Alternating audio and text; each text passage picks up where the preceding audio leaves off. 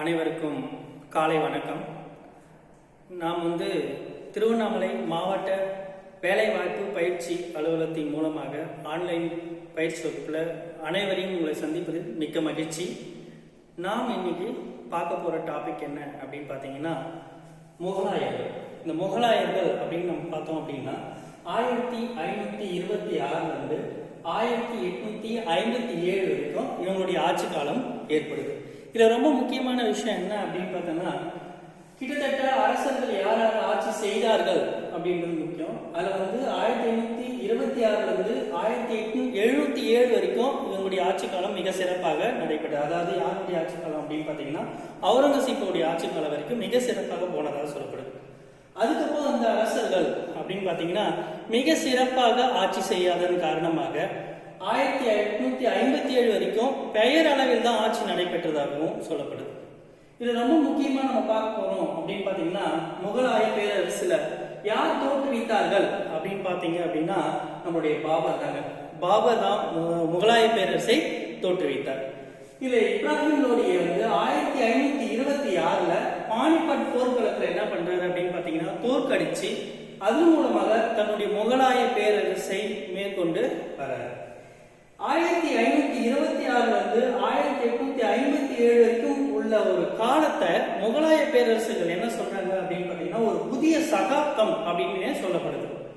இதுல முக்கிய அரசர்கள்லாம் யார் யார் இருந்தாங்க அப்படின்னு பாத்தீங்கன்னா முதலாவதாக பாபர் அப்படின்னு பார்க்கும்போது 1526 1530 வரைக்கும் இவருடைய ஆட்சி காலம் ஏற்பட்டது. அதுக்கப்புறம் பாத்தீங்கன்னா ஹுமாயூன், இவருடைய மகன் ஹுமாயூன் என்ன பண்றாரு அப்படின்னு பாத்தீங்கன்னா ஆட்சிக்கு வராரு.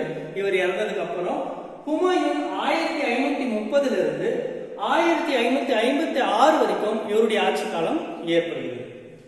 இதுக்கப்புறம் பாத்தீங்கன்னா இந்த முகலாய வம்சத்தை சேர்ந்தவங்க வரல. அதுக்கப்புறம் நடுவில் யார் வராங்க அப்படின்னு பாத்தீங்கன்னா ஷெர்ஷா. இந்த ஷெர்ஷா யார் அப்படின்னா இவர் ஒரு சூர் வம்சத்தை சேர்ந்த அரசர். முகலாயர்களை வெற்றி கொண்டு 1540 1545 வரைக்கும் இவர்களுடைய ஆட்சி காலம் என்ன பண்ணுது அப்படின்னு பாத்தீங்கன்னா நடைபெற்று கொண்டிருக்கிறது. இது ரொம்ப முக்கியமானது அப்படின்னு பாத்தீங்கன்னா அதுக்கப்புறம் அக்பர் வரார். ஹுமாயூன் மறுபடியும் 45 ஷெர்ஷாவை தோற்கடித்து ஆட்சிக்கு 1556 வரைக்கும் இவருடைய ஆட்சி காலம் ஏற்படுகிறது. அதுக்கப்புறம் அக்பர் வராரு. அக்பருக்கு அப்புறம் 1556 1605 வரைக்கும் இவருடைய ஆட்சி காலம் ஏற்பட்டு கொண்டிருக்கிறது. அதுக்கப்புறம் அவருடைய மகன் ஜஹாங்கீர் வரார். ஜஹாங்கீர் பாத்தீங்கன்னா 1605 1627 வரைக்கும் இவருடைய ஆட்சி காலம் ஏற்படுகிறது. இவ்வாறாக ஷாஜஹான், இந்த ஷாஜஹான் யாருன்னா மிகப்பெரிய கட்டடக்கலையில சிறப்பு பெற்றவர் அப்படின்னு சொல்லலாம். ஏன் அப்படின்னா 1627 1658 வரைக்கும் இவருடைய ஆட்சி காலம் ஏற்படுகிறது. தன்னுடைய மனைவிக்காக தாஜ்மஹாலை கட்டியவர் அப்படின்னு நமக்கு தெரியும். தாஜ்மஹாலை யார் கட்டியது அப்படின்னா ஷாஜஹான் அப்படின்னா. அதனால அவருக்கு இன்னொரு பேர்னா கட்டடக்கலையின் அரசன் அப்படின்னு கூட சொல்லலாம். அதுக்கப்புறம் பாத்தீங்கன்னா அவுரங்கசீப், ஷாஜஹானுடைய மகன், மூன்றாவது மகன் அவரு. அவுரங்கசீப் ஆட்சி செய்தாரு. 1658 1707 வரைக்கும் இவருடைய ஆட்சி காலம் நடைபெறுகிறது. அதுக்கப்புறம் இவரோட முடிந்து வருது. ஏன் அப்படின்னா இதுக்கப்புறம் பாத்தீங்கன்னா ஆட்சி சரியா இல்லை. முகமது ஷா 1707 ஆட்சி செய்தாரு, சிறப்பா இல்லை. முதலாம் பகதூர் ஷா ஆட்சி செஞ்சார் 1707 அப்புறம் ஆட்சி செய்தாரு. ஆனா அதுவும் சரியான முறையில இல்லை. கிட்டத்தட்ட 1857 வரைக்கும் இவங்களுடைய ஆட்சி காலம் மிக சிறப்பா இருந்தது அப்படின்னு பாத்தீங்கன்னா 1707 வரைக்கும் தான். 1857 வரைக்கும் பாத்தீங்கன்னா பெயரளவிலான ஆட்சி தான் ஏற்பட்டது அப்படின்னு சொல்லப்படுது. இந்த அவுரங்கசீப் இறந்துறாரு. 1707 அவுரங்கசீப் இறந்ததுக்கு அப்புறம் 1707 1857 வரைக்கும் பெயரள ஆட்சி இருந்தது அப்படின்னு நான் சொன்னேன். அதுக்கப்புறம் ஆங்கிலேயரிடம் வசம் ஆட்சி அனைத்துமே ஒப்படைக்கப்பட்டது. இதற்கு குறிப்புகள் அப்படின்னு பார்த்தோம் அப்படின்னா இவங்களை பற்றிலாம் தெரிந்து கொள்வதற்கு மிக முக்கிய குறிப்புகள் என்ன அப்படின்னா நம்ம வரலாற்று ஆசிரியர்கள் எழுதி வைக்கப்பட்ட நூல்கள் தாங்க. ஆசிரியருடைய நூல்கள், வரலாற்று ஆசிரியர்கள் எழுதி வைக்கப்பட்ட நூல்கள் அப்படின்னு சொல்லலாம். நாணயங்கள், கல்வெட்டுகள், கட்டிடங்கள், சுயசரிதைகள், அப்புறம் அயல்நாட்டவர் குறிப்பு, தொல்பொருட்கள், இது எல்லாமே நம்ம சொல்லிக்கிட்டு போறோம். இது எல்லாமே பாத்தீங்கன்னா முகலாயருடைய அரசாங்கத்தை நம்ம தெரிந்து கொள்வதற்கான ஒரு அமைப்பா இருக்கு. அதுக்கப்புறம் வந்து பாத்தீங்கன்னா முகலாய பேரரசு எது வரைக்கும் இருந்தது அப்படின்னா ஆப்கானிஸ்தான் இருந்து வங்காளம் வரைக்குமோ காஷ்மீர்ல இருந்து தமிழகம் வரைக்குமோ இவங்களுடைய ஆட்சி காலம் இருப்பதாக சொல்லப்படுது. அதுக்கப்புறம் வந்து இவங்களுடைய பற்றி நம்ம மிக முக்கியமா தெரிஞ்சுக்கணும்னா இலக்கிய ஆதாரங்களை பற்றி நம்ம தெரிந்து கொள்ளணும். இலக்கிய ஆதாரங்கள் மிக மிக முக்கியமானது. அது என்னென்ன நம்ம வந்து சொல்லப்பட்டிருக்கு அப்படின்றத இப்ப நம்ம பார்க்க போறோம். ஸோ இலக்கிய ஆதாரங்கள் அப்படின்னு சொல்லும்போது என்ன அப்படின்னு பாத்தீங்கன்னா அபுல் ஃபாசல் என்பவர் வந்து எழுதிய அக்பர் நாமா ஐனி அக்பர். இந்த ஐனி அக்பர் அப்படின்றது என்ன அப்படின்னா அக்பருடைய நிறுவனங்களை பற்றி சொல்லப்படுது. 1595 என்ன பண்ணியிருக்காங்க அப்படின்னு பாத்தீங்கன்னா இது வந்து எழுதப்பட்டது அப்படின்னு சொல்லப்படுது. அபுல் ஃபாசல் எழுதிய அக்பர் நாமா மறுபடியும் வந்து மிக முக்கிய குறிப்பாக சொல்லக்கூடிய ஐனி அக்பர் என்ற நூல், அதாவது அக்பரின் நிறுவனங்கள் அப்படின்னு சொல்லுவாங்க, 1595 எழுதப்பட்டது. அதுக்கப்புறம் வந்து பாத்தீங்கன்னா பாபருடைய மகள் குல்பதான் பேகம், பாபருடைய மகள் குல்பதான் பேகம் அவர்கள் வந்து எழுதிய ஹுமாயூன் நாமா, ஹுமாயூன் நாமா, பாபருடைய மகள் குல்பதான் பேகம் அவங்க வந்து என்ன பண்ணிருக்காங்க அப்படின்னு பார்த்தோம்னா ஹுமாயூன் நாமா என்ற நூலை வந்து எழுதியிருக்காரு. இது மூலமாக வந்து பாத்தீங்கன்னா முகலாயருடைய வம்சத்தையும் ஆட்சி திறமையும் அவங்களுடைய சமயம் எல்லாத்தையும் வந்து எவ்வளவு சிறப்பாக இருந்தது அப்படின்றத நமக்கு வந்து எடுத்து காட்டுது. அதுக்கப்புறம் வந்து பாத்தீங்கன்னா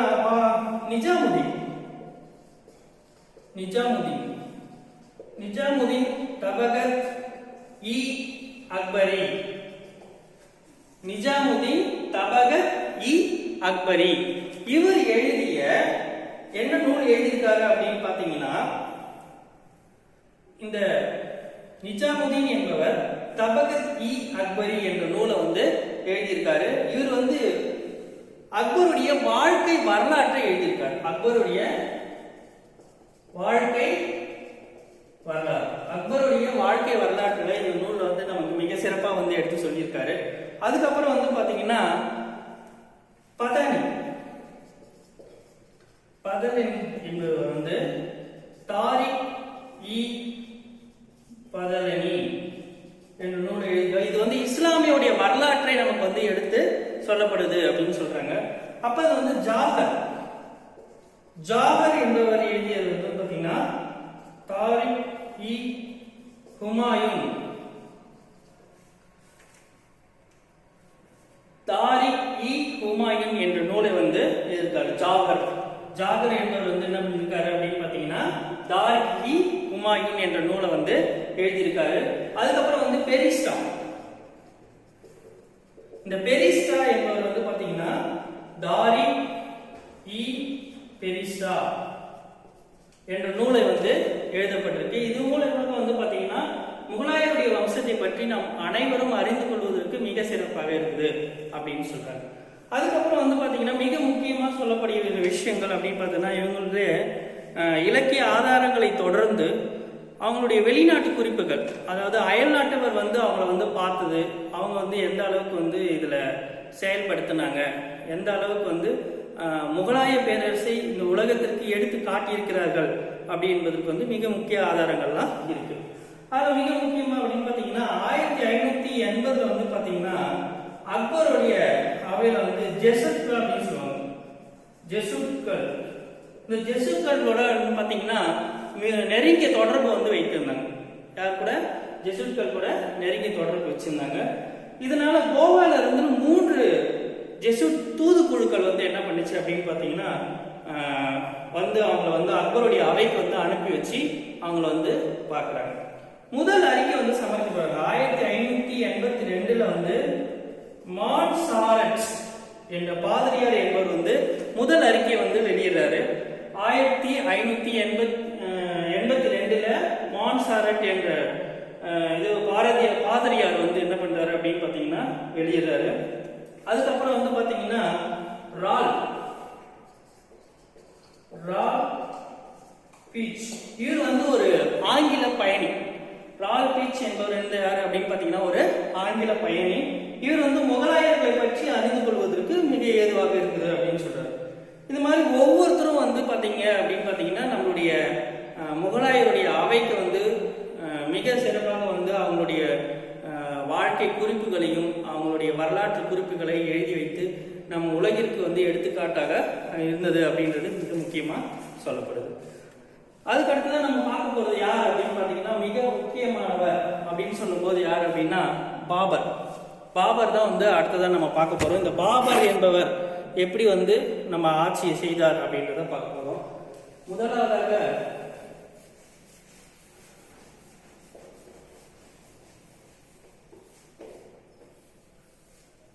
இந்த பாபர் அப்படின்னு பார்க்கும்போது, பாபரை பத்தி நம்ம வந்து எல்லாமே வந்து மிக நிறைய விஷயங்களை வந்து நம்ம வந்து சொல்லுவோம். என்னென்ன அப்படின்னு பார்த்தீங்கன்னா, பாபர் அப்படின்னு சொல்லும்போது 1526 இருந்து 1530 வரைக்கும் இவங்களுடைய ஆட்சி காலம் ஏற்படுகிறது.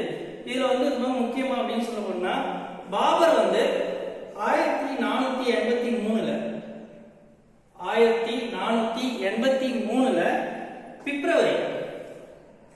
பிப்ரவரி 14 பாபர் வந்து 1483 பிப்ரவரி 14ல பிறந்தாரு. எங்க பிறந்தாரு அப்படின்னு பாத்தீங்கன்னா பர்கானாவில் வந்து இவர் வந்து பிறக்கிறாரு. இவருடைய தந்தை பெயர் அப்படின்னு பாத்தீங்கன்னா உமர் ஷேக். தந்தை அப்படின்னு பாத்தீங்கன்னா உமர் ஷேக் மிர்ஷா.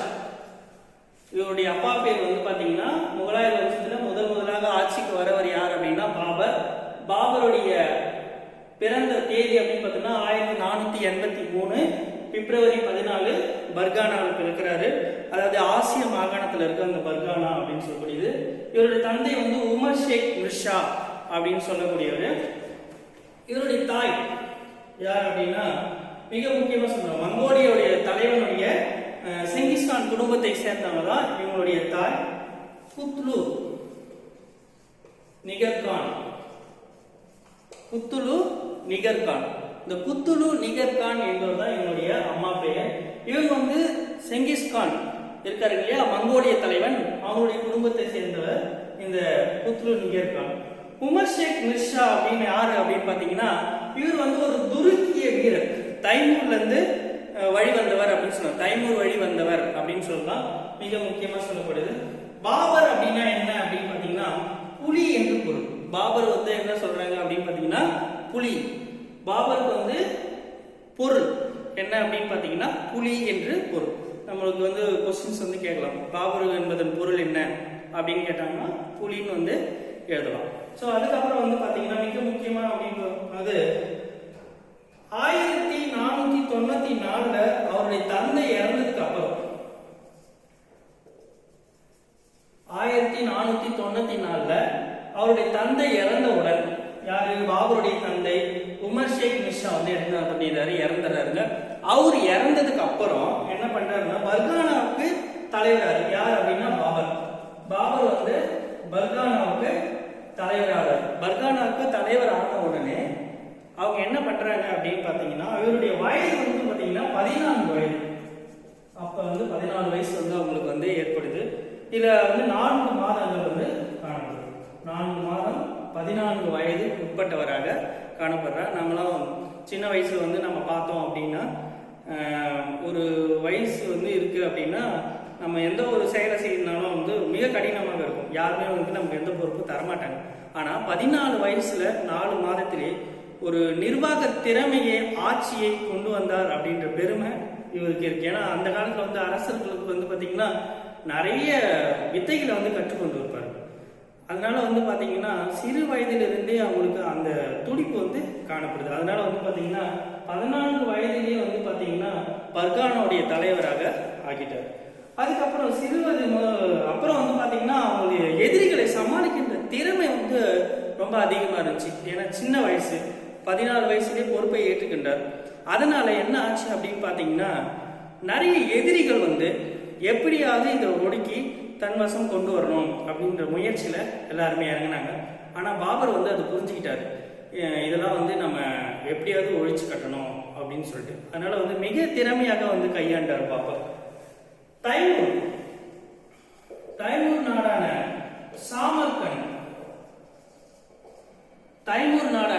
சாமர்கண்ட் அது வந்து பாத்தீங்கன்னா 1497 1503ல வந்து பாத்தீங்கன்னா கைப்பற்றி வந்து அரியணை ஏறாரு. தைமூர் நாடான சாமர்கண்டை 1497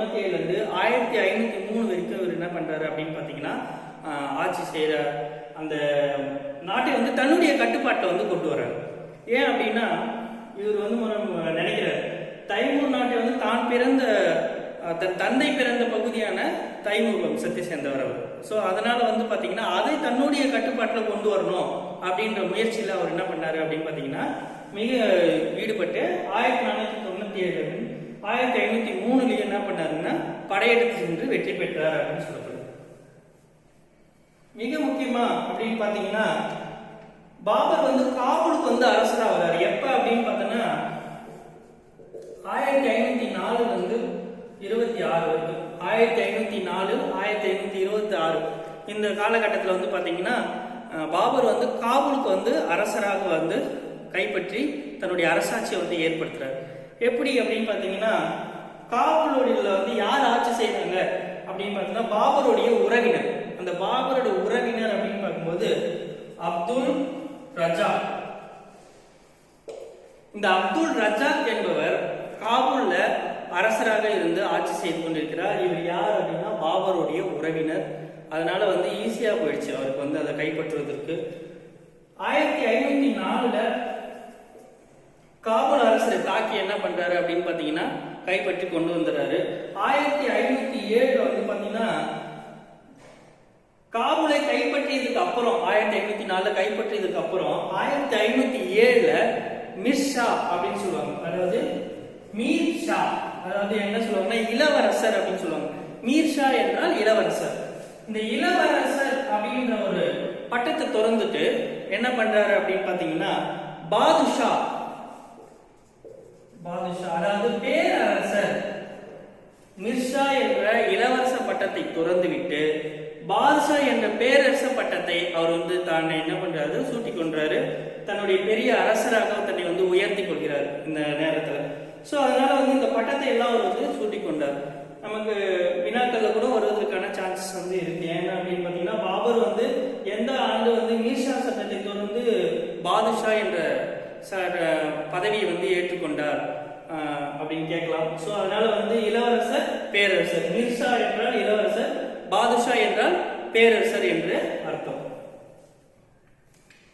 மிக முக்கியம். அடுத்தது என்ன பண்றாங்க அப்படின்னு பாத்தீங்கன்னா பாபர் வந்து இந்தியா மீது எப்படி வந்து அவருக்கு ஆர்வம் ஏற்பட்டது, அவர் வந்து உள்ள வருவதற்கு என்னென்ன வழிகளை கையாண்டார், அவர் வந்து நம்ம இந்தியாவில் எந்த பகுதியை எல்லாத்தையும் வந்து தன்னுடைய கட்டுப்பாட்டில் வச்சிருந்தார் அப்படின்றத பார்க்க போறோம். பாபர் வந்து அவருடைய கவனம் எல்லாமே வந்து பாத்தீங்கன்னா இந்தியா மீது தான் வந்து அதிகமா காணப்பட்டது. 1505 வந்து பாத்தீங்கன்னா முதல் இந்திய படையெடுப்பு வந்து நடத்துறாரு. ஃபர்ஸ்ட் வந்து 1505 தான் வந்து இந்திய படையெடுப்பு நடத்துறாரு. நம்ம கொஸ்டின்ஸ் வந்து கேட்கலாம். முதல் இந்திய படையெடுப்பு பாபர் எப்பொழுது நடத்தினார்? 1505 வந்து நடத்தப்பட்டது அப்படின்னு சொல்லலாம். சோ இது மிக முக்கியமா. இரண்டாவது படையெடுப்பு எப்ப நடத்தினார் அப்படின்னு பாத்தீங்கன்னா முதல் படையெடுப்பு 1505, இரண்டாவது படையெடுப்பு எப்ப நடத்தப்பட்டது அப்படின்னு பாத்தீங்கன்னா 1507. 1507 காபூல் மூலமா வந்து என்ன பண்றாருங்க கைப்பற்றி இரண்டாவது படையெடுப்பை நடத்துறாரு. மூன்றாவது படையெடுப்பு 1519. 1519 மூன்றாவது படையெடுப்பு வந்து நமக்கு நடைபெறுது. பௌஜர் என்ற இடத்தை வந்து ஜீலம் நதிக்கரையில உள்ள போரா என்ற இடத்தை வந்து தாக்கி அவர் வந்து கைப்பற்றார். எப்ப 1519 பௌஜர் என்ற இடத்தை வந்து பாத்தீங்கன்னா ஜீலம்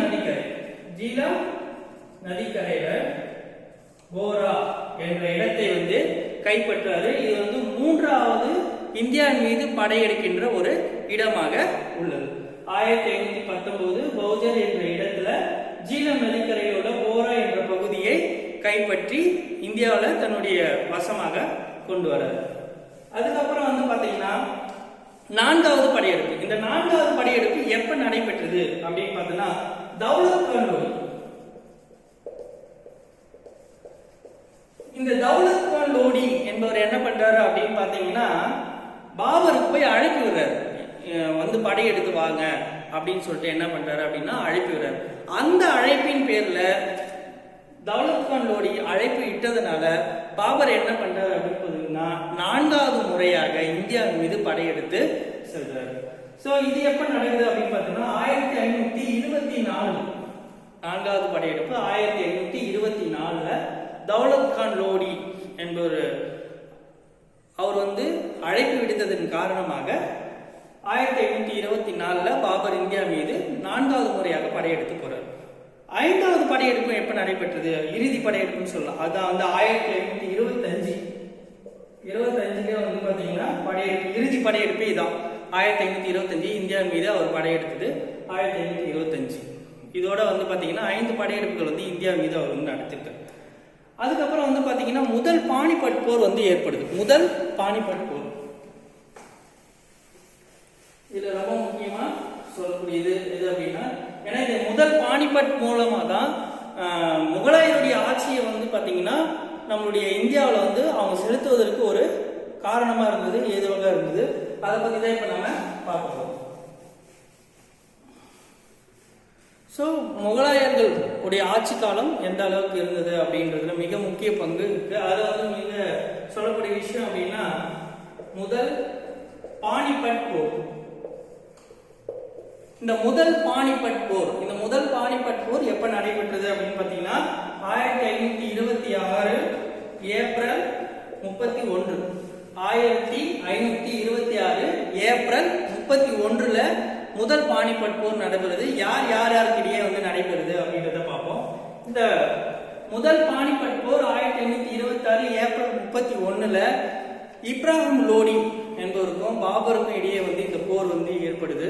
ஸோ அதை பற்றி நம்ம பார்க்க போறோம். 1526ல காபூலிலிருந்து கிட்டத்தட்ட ஒரு 12,000 படைகளை வந்து என்ன பண்றாங்க அப்படின்னு பாத்தீங்கன்னா இப்ராஹிம் லோடி வந்து ரெடி பண்றாரு. படையோட வந்து புறப்படுறாரு. இப்ராஹிம் லோடியை வந்து எதிர்த்து அவர் மீது போரிடுவதற்காக பானிபட் என்ற போர்க்களத்தில் வந்து போறதுக்காக கிட்டத்தட்ட ஒரு 12,000 படைகளை வந்து அவர் வந்து திரட்டிக்கிட்டு என்ன பண்றாரு அப்படின்னு பாத்தீங்கன்னா பானிபட் போர்க்களத்துக்கு செல்றாரு. ஸோ இதுல என்ன நடக்குது மிக முக்கியமா அப்படின்னு பாத்தீங்கன்னா, ஃபர்ஸ்ட் வந்து பஞ்சாபை போய் வெற்றி கொள்றாரு. ஃபர்ஸ்ட் வந்து எங்க போறாரு அப்படின்னு பாத்தீங்கன்னா பஞ்சாப். இந்த பஞ்சாப் பகுதியை வந்து ஃபர்ஸ்ட் வந்து பாத்தீங்கன்னா இந்தியாவில அவர் போய் வந்து வெற்றி கொள்றார். இது வந்து தௌலத் கான் லோடியை வந்து பணியும்படி செய்தார். எங்க பஞ்சாப்ல வந்து தௌலத் கான் லோடியை வந்து பணியதற்காக செய்யப்பட்ட முதல் ஒரு இது.